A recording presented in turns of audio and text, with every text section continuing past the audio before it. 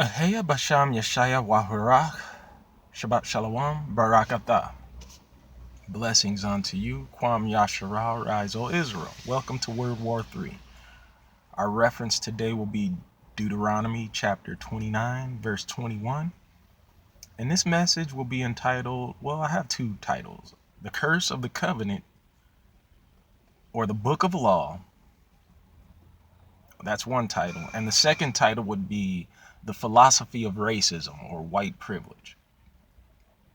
And we're going to try to cover that. Like in these videos, I try to cover at least 2 or 3 things and make them connect,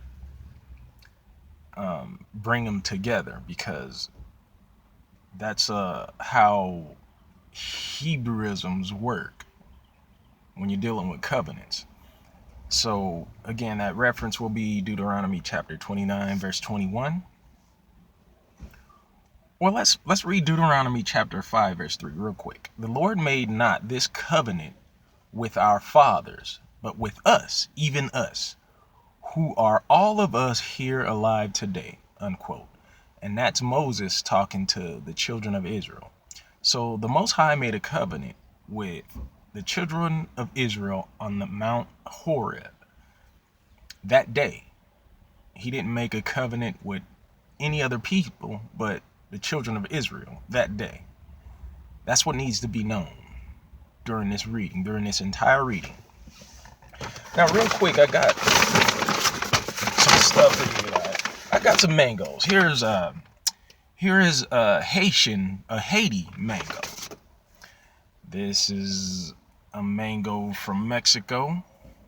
And this is a mango, from Mexico, excuse me. And these are 3 different mangoes. Here you go. 3 different mangoes. And one day, the mango said, hey,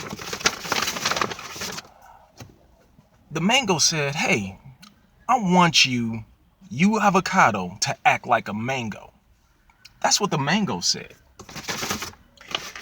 And all the other mangoes, they said, yeah, we want you, the avocado, to act like a mango. And if you don't act like a mango, then we're going to do something to you, Mr. Avocado. Now, this is the type of law frame that the so-called African Americans are living in the United States. This is the type of law. And this doctrine, it's called the philosophy, or it's a philosophy, and it's called the Doctrine of Discovery. Native Americans have suffered from it.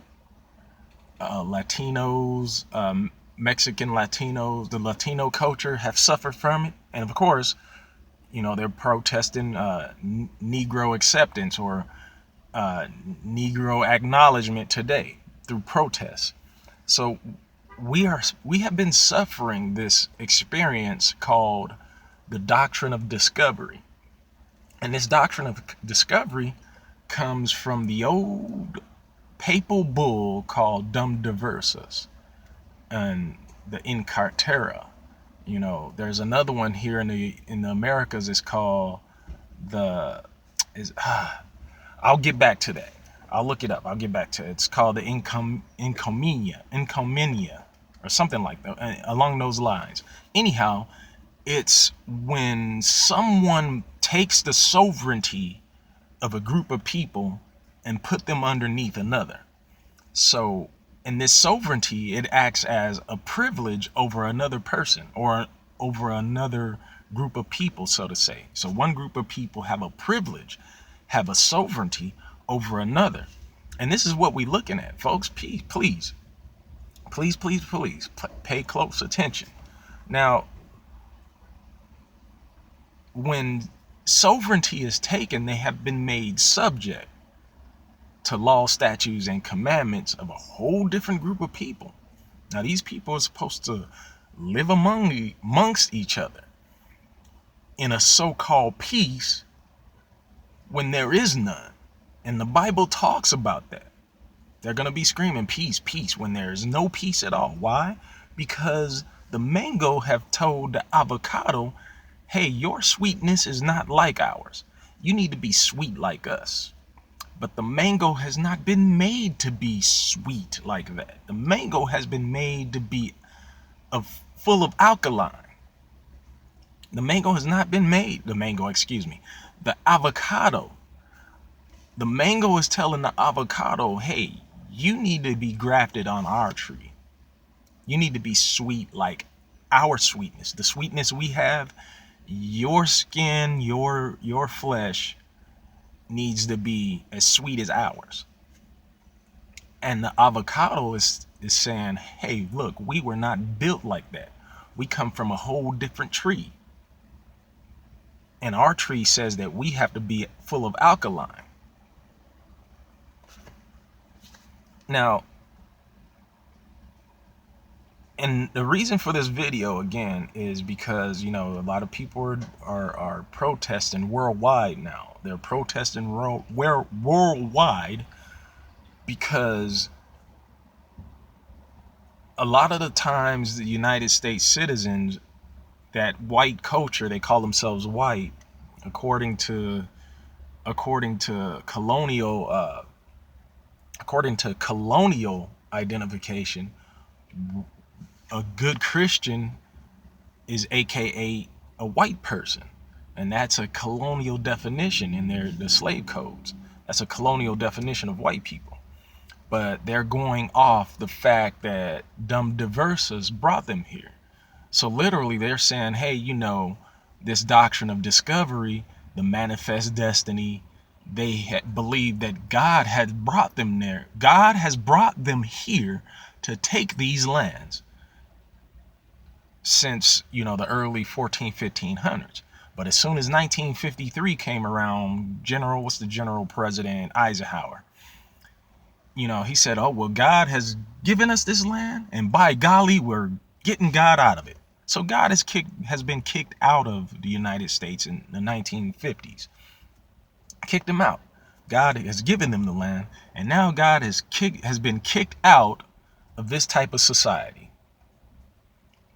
And again, we have dumb Diversas that started this racism. They said, okay, that anybody that's not a Christian, and they pointed out to the Saracens and just any indigenous group that was not Christian. And by golly, they went directly to Africa. They didn't go to Europe because they had already kicked the Moors out of Europe in 1492. So in 1493, they went to Africa, and they followed Christopher Columbus into the Americas. So this racist document called Dumb Diversas, meaning until different, was followed by the inner caetera. I don't know if that's how it's pronounced, but it was a papal bull in 1493, among other words. That's the meaning of it. And these documents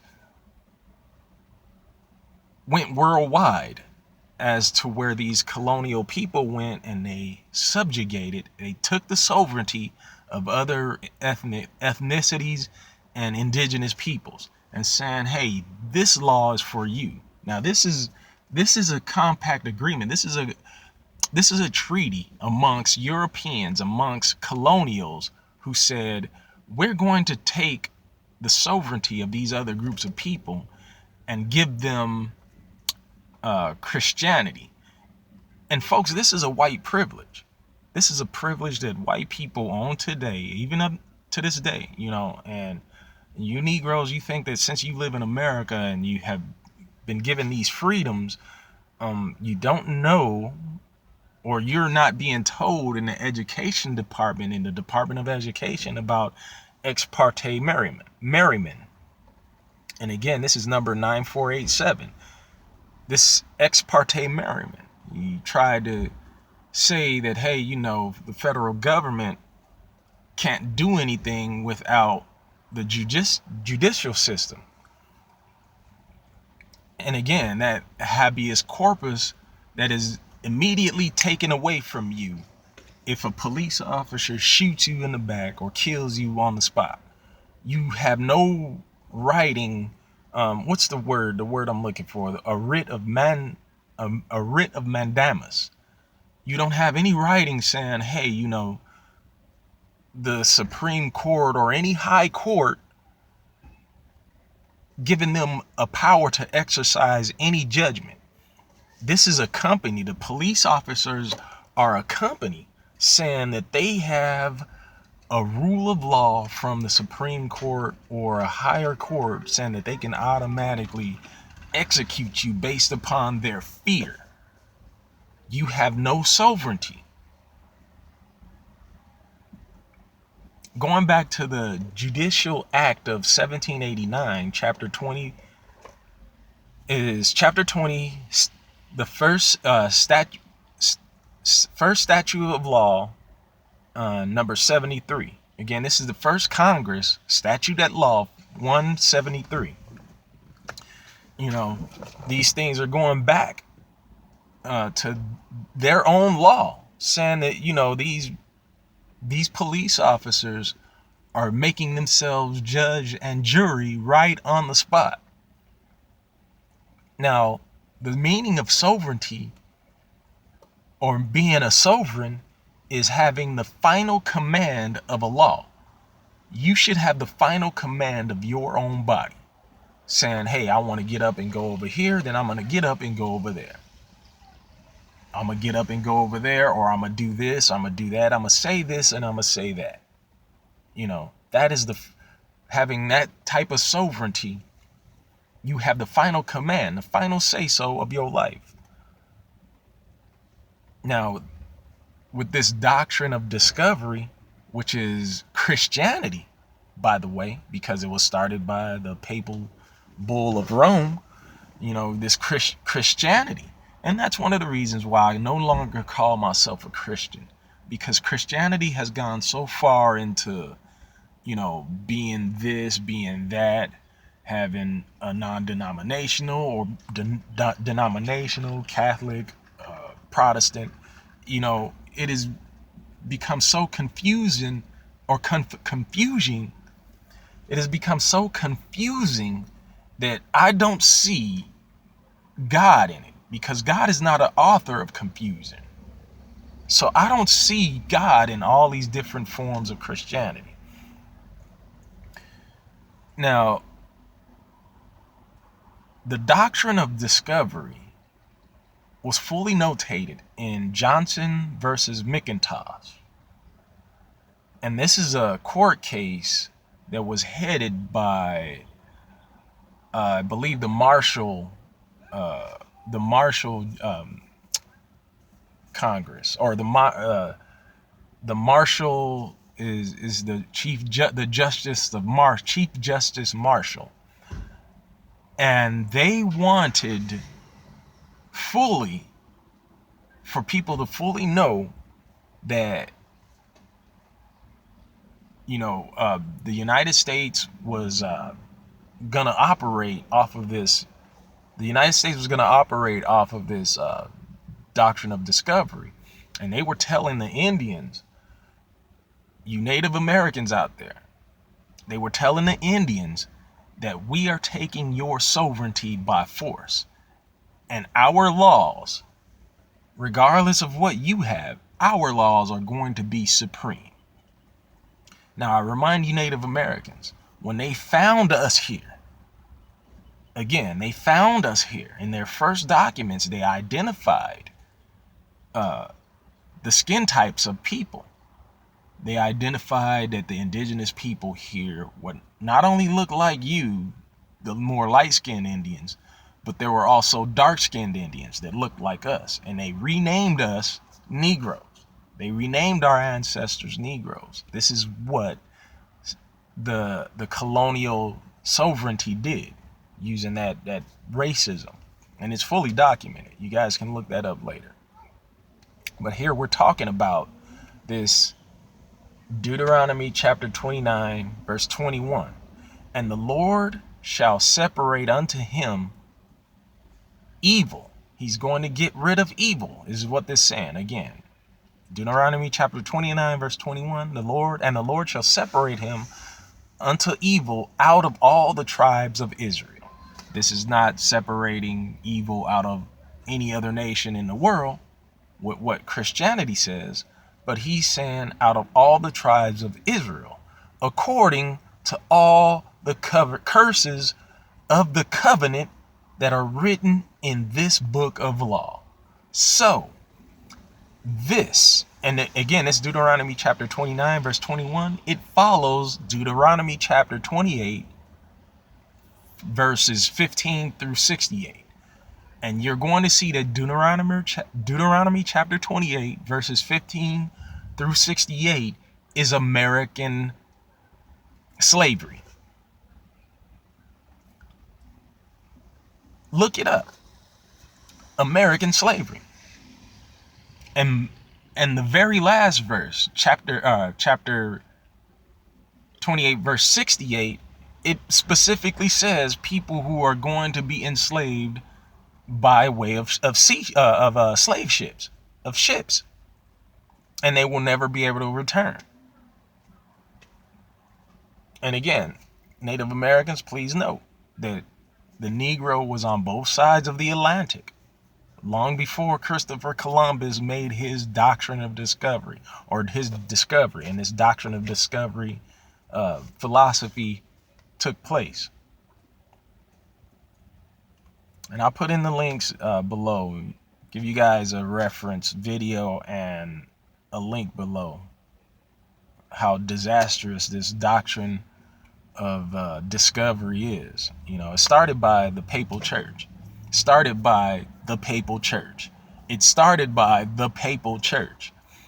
And later the Protestants came along and said how evil the papal church was. And people are still practicing this Christian religion. And this Christianity is so crazy, it seems, as to a people who can say, okay, we got this land by an act of God. And then later they throw that God out of their law system. And then they use the privilege of this sovereignty to destroy innocent people, mind you.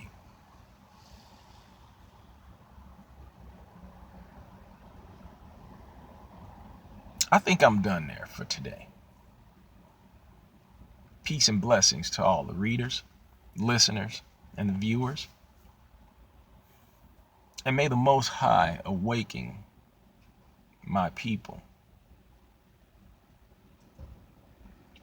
I am a Hebrew Israelite. I am also a conscientious objector and an administrator of peace. Hebrew Israelite out.